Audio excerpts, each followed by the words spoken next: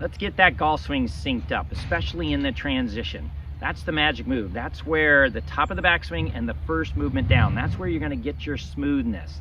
And in this video, I'm gonna help create that smoothness with 2 tips to get you started from the top of the swing and the first movement down.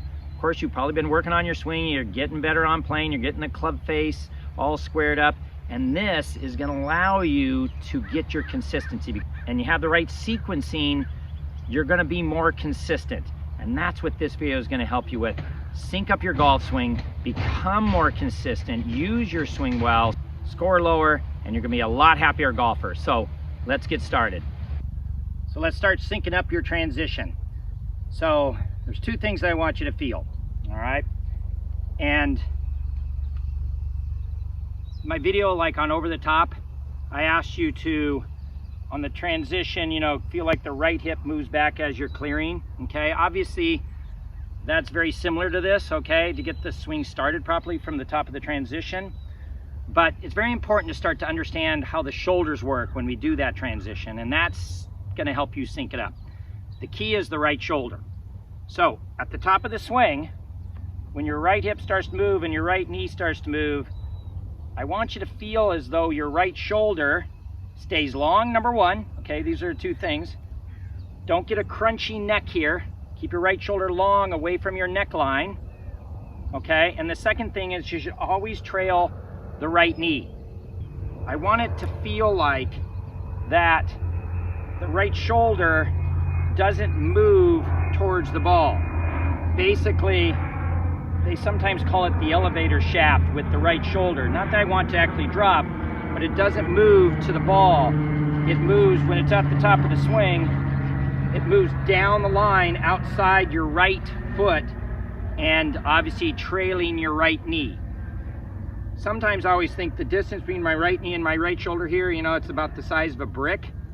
I'm trying to maintain that in my transition. So when I'm at the top, I move the knee and the hip, and again, my shoulder keeps that consistency of that brick feeling between my knee and my shoulder.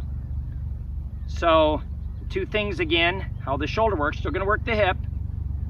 Up at the top, right knee, right hip as you're starting to clear. Right shoulder down the elevator shaft.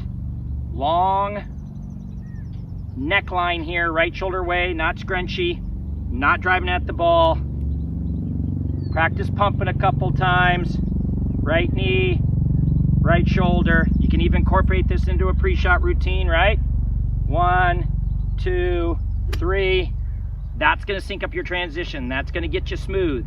That's what you want. That's gonna make your good golf swing perform well for you. You're gonna get the right timing. So one more time, a quick recap.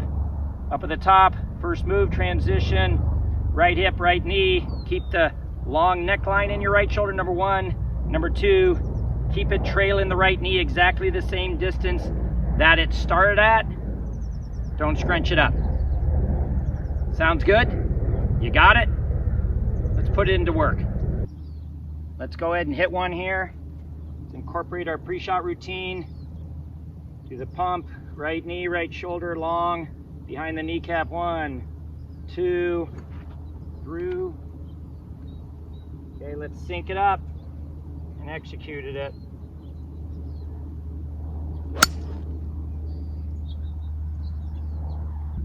And that's what syncing it up is all about, getting that right transition.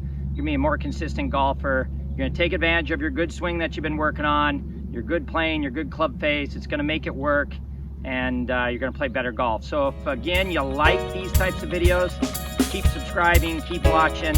I really do wanna make your golf game better. I don't have all the answers. You have the answers if you train properly and think about and trust your feels, and you'll be a better golfer.